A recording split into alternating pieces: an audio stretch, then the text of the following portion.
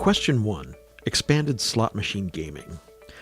This proposed law would allow the State Gaming Commission to issue one additional Category 2 license, which would permit operation of a gaming establishment with no table games and not more than 1,250 slot machines. The proposed law would authorize the Commission to request applications for the additional license to be granted to a gaming establishment located on property that is 1. At least 4 acres in size, 2. Adjacent to and within 1,500 feet of a racetrack, including the track's additional facilities such as track, grounds, paddocks, barns, auditorium, amphitheater, and bleachers. 3. Where a horse racing meeting may physically be held. 4. Where a horse racing meeting shall have been hosted. And 5. Not separated from the racetrack by a highway or railway. A yes vote would permit the State Gaming Commission to license one additional slot machine gaming establishment at a location that meets certain conditions specified in the law. A no vote would make no change in the current laws regarding gaming. Question 2. Charter school expansion. This proposed law would allow the State Board of Elementary and Secondary Education to approve up to 12 new charter schools or enrollment expansions in existing charter schools each year.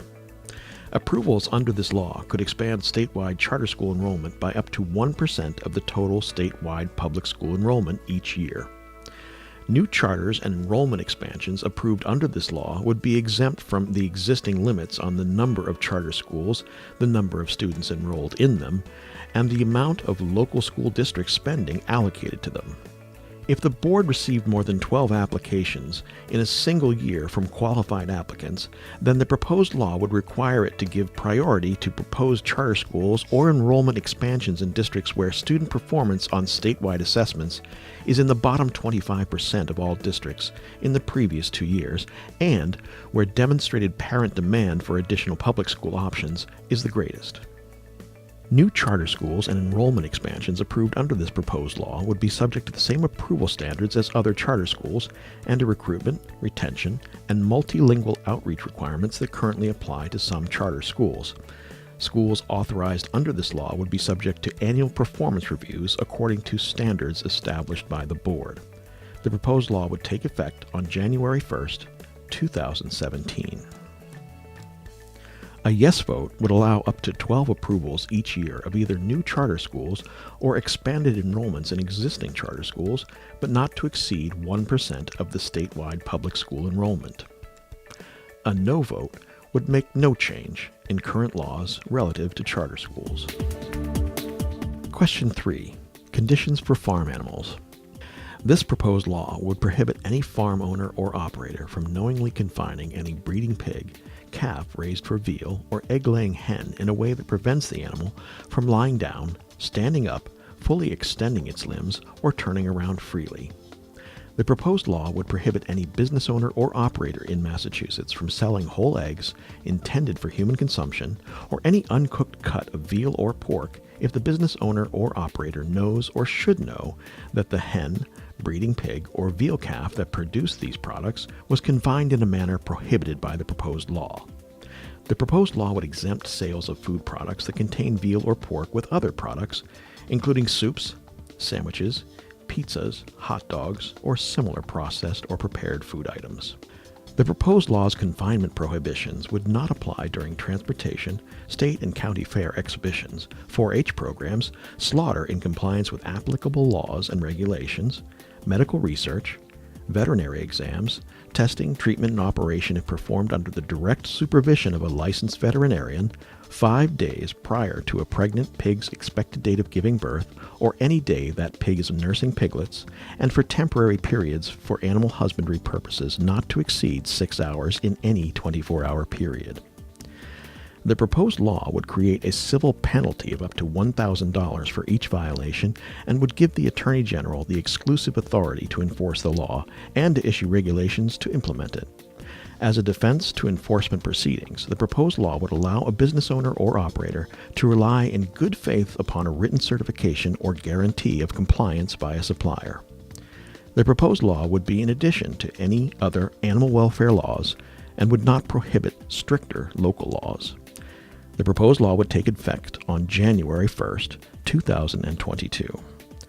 The proposed law states that if any of its parts were declared invalid, the other parts would stay in effect. A yes vote would prohibit any confinement of pigs, calves, or hens that prevents them from lying down, standing up, fully extending their limbs, or turning around freely. A no vote would make no change in current laws relative to the keeping of farm animals. Question 4. Legalization, regulation, and taxation of marijuana. The proposed law would permit the possession, use, distribution, and cultivation of marijuana in limited amounts by persons aged 21 and older, and would remove criminal penalties for such activities. It would provide for the regulation of commerce in marijuana, marijuana accessories, and marijuana products, and for the taxation of proceeds from sales of these items. The proposed law would authorize persons at least 21 years old to possess up to 1 ounce of marijuana outside their residences, possess up to 10 ounces of marijuana inside their residences, grow up to 6 marijuana plants in their residences, give 1 ounce or less of marijuana to a person at least 21 years old without payment, possess, produce, or transfer hemp, or make or transfer items related to marijuana use, storage, cultivation, or processing. The measure would also create a Cannabis Control Commission of 3 members appointed by the state treasurer, which would generally administer the law governing marijuana use and distribution, promulgate regulations, and be responsible for the licensing of marijuana commercial establishments. The proposed law would also create a Cannabis Advisory Board of 15 members appointed by the governor. The Cannabis Control Commission would adopt regulations governing licensing qualifications, security, record-keeping, health and safety standards, packaging and labeling, testing, advertising and displays, required inspections, and other matters as the Commission considers appropriate. The records of the Commission would be public records. The proposed law would authorize cities and towns to adopt reasonable restrictions on the time, place, and manner of operating marijuana businesses and to limit the number of marijuana establishments in their communities. A city or town could hold a local vote to determine whether to permit the selling of marijuana and marijuana products for consumption on the premises at commercial establishments. The proceeds of retail sales of marijuana and marijuana products would be subject to the state sales tax and an additional excise tax of 3.75%. A city or town could impose a separate tax of up to 2%.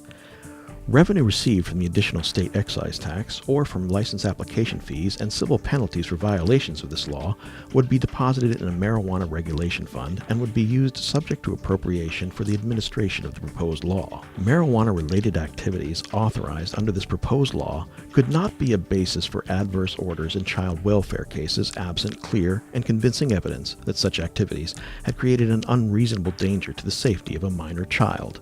The proposed law would not affect existing law regarding medical marijuana treatment centers or the operation of motor vehicles while under the influence.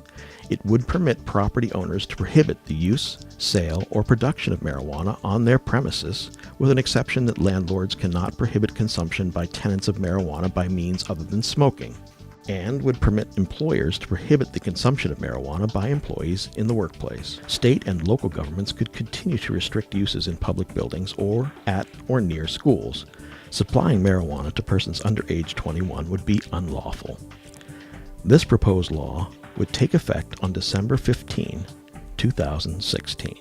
A yes vote would allow persons 21 and older to possess, use, and transfer marijuana and products containing marijuana concentrate, including edible products, and to cultivate marijuana, all in limited amounts, and would provide for the regulation and taxation of commercial sale of marijuana and marijuana products.